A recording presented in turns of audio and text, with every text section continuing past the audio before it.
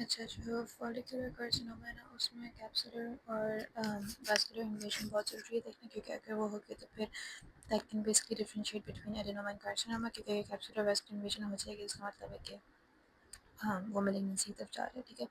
और ट्रीटमेंट में रिमेंबर थायरॉइडेक्टमी करते हैं हर कार्सिनोमा में, मगर this is without lymph node removal, क्योंकि ऑब्वियसली इसके लिम्फ नोड में कोई इन्वॉल्वमेंट नहीं होती, मगर जब पेपल्ट्री है उसकी लिम्फ नोड की इन्वॉल्वमेंट होती है तो उसमें प्लस लिम्फ नोड रिमूवल करते हैं। This is without lymph node removal, ठीक है। उसके बाद फिर it's followed by thyroxine radioablation therapy, ठीक है, फॉर रिमेनिंग टिश्यू।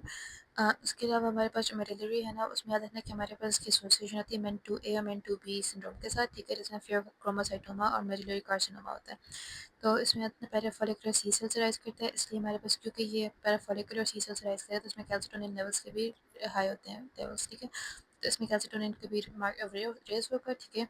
और इसमें हम करवाएंगे क्या कहते हैं, कैल्सिटोनिन लेवल्स रेज होंगे, इसमें हम हिस्टोलॉजी में देखेंगे तो हमारे पास एमाइलॉइड डिपॉजिट्स नजर आएंगे ऑन थायराइड ग्लैंड, ठीक है।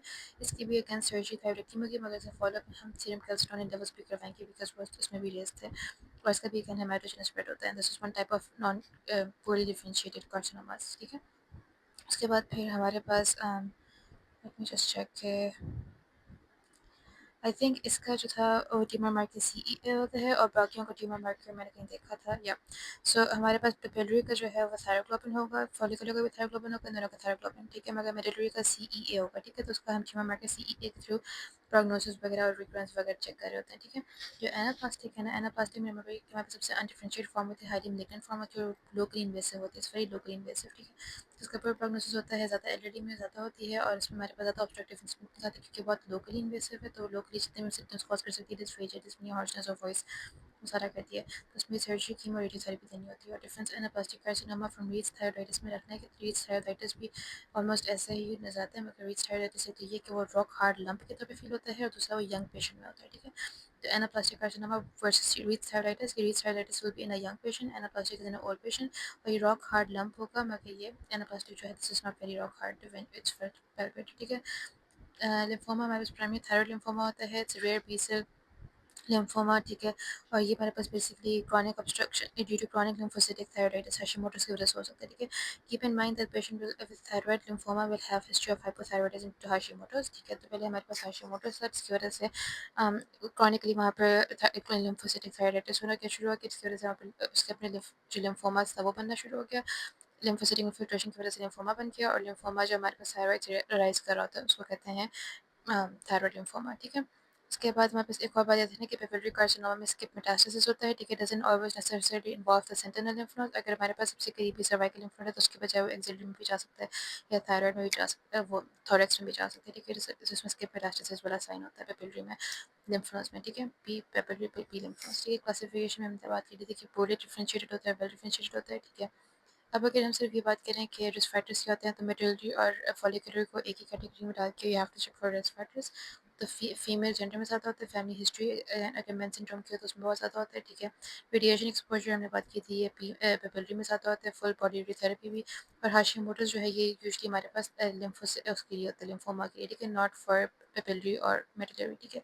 क्लिनिकल फीचर्स में हमारे पास अगेन पेपिबल लंप होगा, मल्टीपल लंप्स भी हो सकते हैं, रैपिड ग्रोथ होगी, पेन होगी, ऑब्वियसली सारे रेड फ्लैग साइंस हैं, ठीक है। तो रेड फ्लैग साइंस के लिए जो हम देखने फॉर मेलिग्नेंसी हुई कि रैपिड ग्रोथ, पेन का फॉर्सनेस ऑफ वॉइस, पता है कि लोकल इन्वेजन कर रहा है, multiple enlarge cervical lymph nodes, मतलब कि उसकी मेटास्टेसिस हो सका है, और tethering to the lump of the lump to the surrounding structures, मतलब कि वो फिक्स्ड हो गया, ठीक है। तो फिक्स होना, पेन होना, रैपिड ग्रोथ होना, उसका इन्वेसिव होना, उसको मेटास्टेसाइज कर जाना, ठीक है।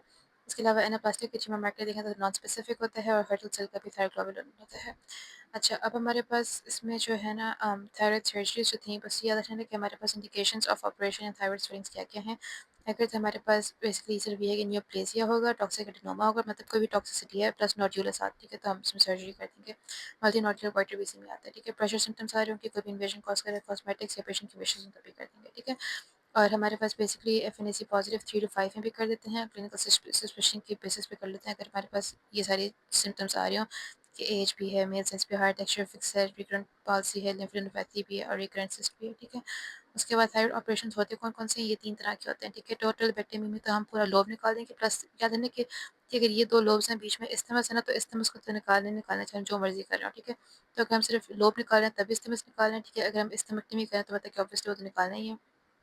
ठीक है। और बेसिकली और सब टोटल में कह रहे थे कि 2 टोटल सब टोटल हमारे पास एक सब टोटल होता है, एक टोटल थायरॉइडेक्टमी होता है, ठीक है। टोटल थायरॉइडेक्टमी तो हम पूरा निकाल देंगे लोब, ठीक है। दोनों लोब्स को निकाल देंगे और साथ में स्टेमेक्टमी कर देंगे। जो लोबेक्टमी है उसमें सिर्फ टोटल एक लोब होगा, उसको निकालेंगे, ठीक है। दूसरे लोब को रहने देंगे और साथ में स्टेम्स को निकाल देंगे, ठीक है। ये पूरा पार्ट जो हमारे पास सब टोटल और नियर टोटल है ना, वो थोड़ा डिफरेंट है कि सब टोटल में हमारे पास 2 सब टोटल लोबेक्टमीज होती हैं, ठीक है। और जो नियर टोटल है उसमें टोटल लोबेक्टमी प्लस स्टेमेक्टमी और दूसरी वाली जो रह जाएगा ना, जैसे अगर ये लोब हैं, ये दो सर्कल्स लोब्स हैं, ठीक है। तो हमारे पास एक ये तो पूरी निकल गई ना, ये पूरा तो निकल गया, एक पूरा लोब और एक इससे में इसको निकाल दिया। और साथ में हमारे पास क्या कहते हैं, एक टोटल बैक्टीरियम स्टेरेक्टमी कर दिया और दूसरे लोब की सब टोटल कर दी, मतलब कि उसको आधा रहने दिया, ठीक है। तो अगेन हमारे पास सब टोटल थायरॉइडेक्टमी में क्या होगा कि हमारे पास इसका आधा रहने दिया, इसका आधा रहने दिया और साथ में स्टेमस पूरा निकाल दिया, ठीक है।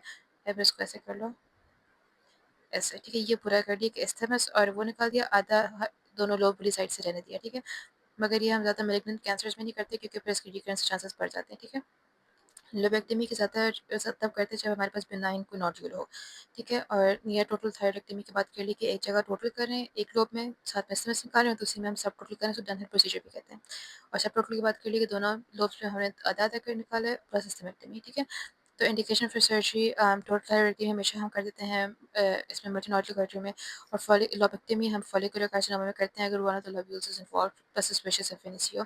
But still ask ChatGPT about need to still ask ChatGPT about this क्योंकि ये I asked and nobody cleared it out और बुक में इतना क्लियर नहीं लिखा हुआ। अब हमने अगर प्री और पोस्ट ऑप पेशेंट का देखना है तो याद है ना, प्री ऑप में हमने इसका अल्ट्रासाउंड करवा के टायराइड्स, सॉरी नॉट पायराइड्स, टायराइड्स देख लिया, ठीक है।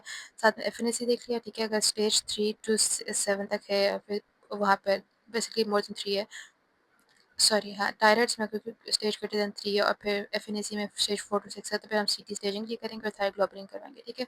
पोस्ट ऑप क्या करना है, हमें लेवोथायरॉक्सिन अवॉइड करनी है इमीडिएटली आफ्टर सर्जरी, ठीक है। क्योंकि हमने इसको कुछ अर्से के लिए जो रिमेनिंग पार्ट है थायराइड का उसको हमने हाइपोथायरॉइड रहने देना है, ठीक है। जब हाइपोथायरॉइड रहेगा तो वो फिर जो हम 4 to 6 वीक्स बाद दोबारा करवाएंगे ना, तब हमारे पास it will take it up more immediately, ठीक है। तो पहले हम उसको थोड़ा सा हाइपोथायरॉइड देंगे पेशेंट को, 4 to 6 वीक्स के बाद हम उसको थायरोग्लोबुलिन टेस्ट करवाएंगे और रेडियोएक्टिव आयोडीन टेस्ट करवाएंगे, ठीक है। ताकि हमारे पास रेडियोएक्टिव आयोडीन जहाँ-जहाँ वो इंक्रीज़ अपटेक होगा वहाँ पर वी विल सी के रेसिडुअल टिश्यू पॉजिटिव है, तो वहाँ पर हम आयोडीन एब्लेशन के थ्रू उस टिश्यू को खत्म कर देंगे। और रेडियोएक्टिव आयोडीन का नॉर्मल होगा, मतलब कि कोई मेड्स भी नहीं है, कोई और एक्टिव नोड्स भी नहीं है, तो फिर हम सप्रेसिव डोज ऑफ लेवोथायरॉक्सिन जो मैंने पहले रोकी हुई थी, हम 4 to 6 वीक्स के बाद ये टेस्ट करवाने के बाद वो स्टार्ट करवा देंगे, ठीक है। और हम उसको हाई डोज में करवाएंगे, सप्रेशन टेस्ट टीएसएच का तब इसलिए, ठीक है।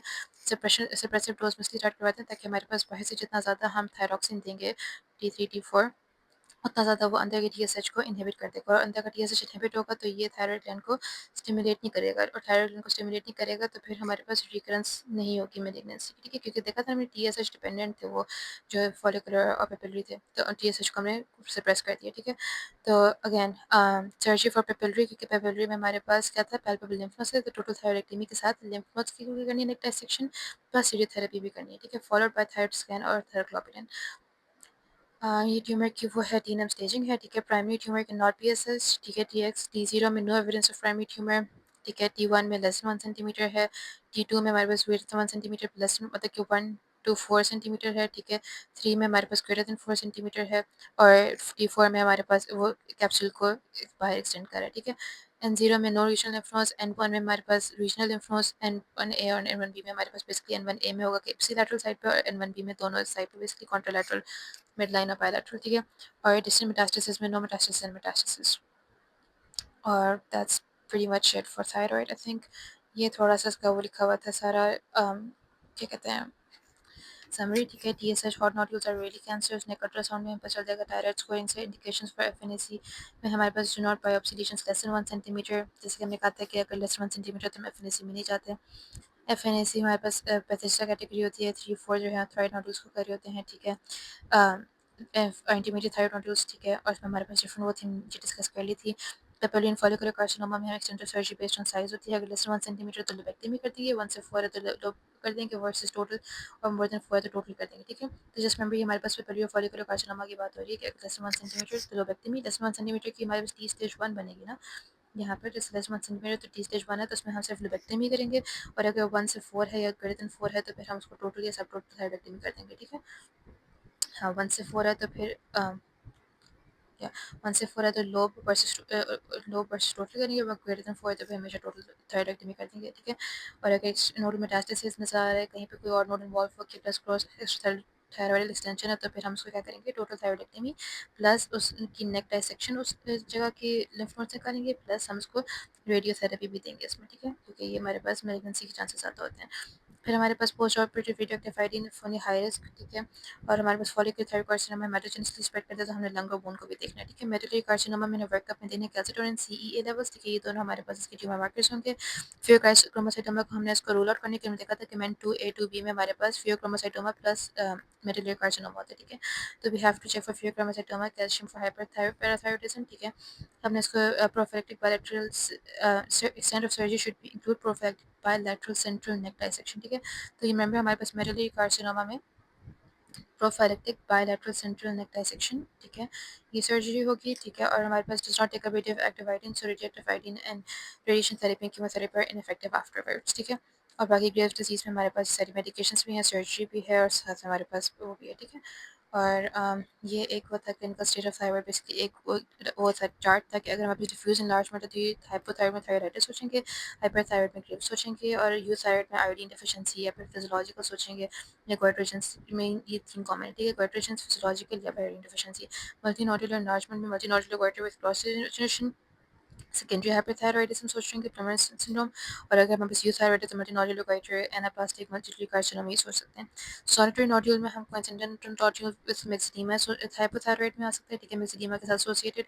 और हाइपरथायरॉइड में हमारे पास टॉक्सिक नोड्यूल हो सकता है, ठीक है। और वैसे यूथायरॉइड में हमारे पास हो सकती है dominant nodule adenoma follicular papillary. देखो सॉलिटरी होगा तो फॉलिकुलर पेपिलरी सोचना है, अगर मल्टी नोड्यूलर एनलार्जमेंट होगा तो एनाप्लास्टिक और वो सोचना है, क्योंकि पूरी डिफरेंशिएटेड होते हैं। और नो पैल्पेबल गोइटर होगा तो फिर हमारे पास थायराइडिस मेक्सिडीमा पोस्ट थायराइड जितनी भी हमारे पास हाइपोथायराइड की कॉजेज हो सारी सोच सकते हैं। और प्राइमरी में हमारे पास वो हाइपोथायराइडिज्म में हाइपोथायराइड की कॉजेज हो सकते हैं।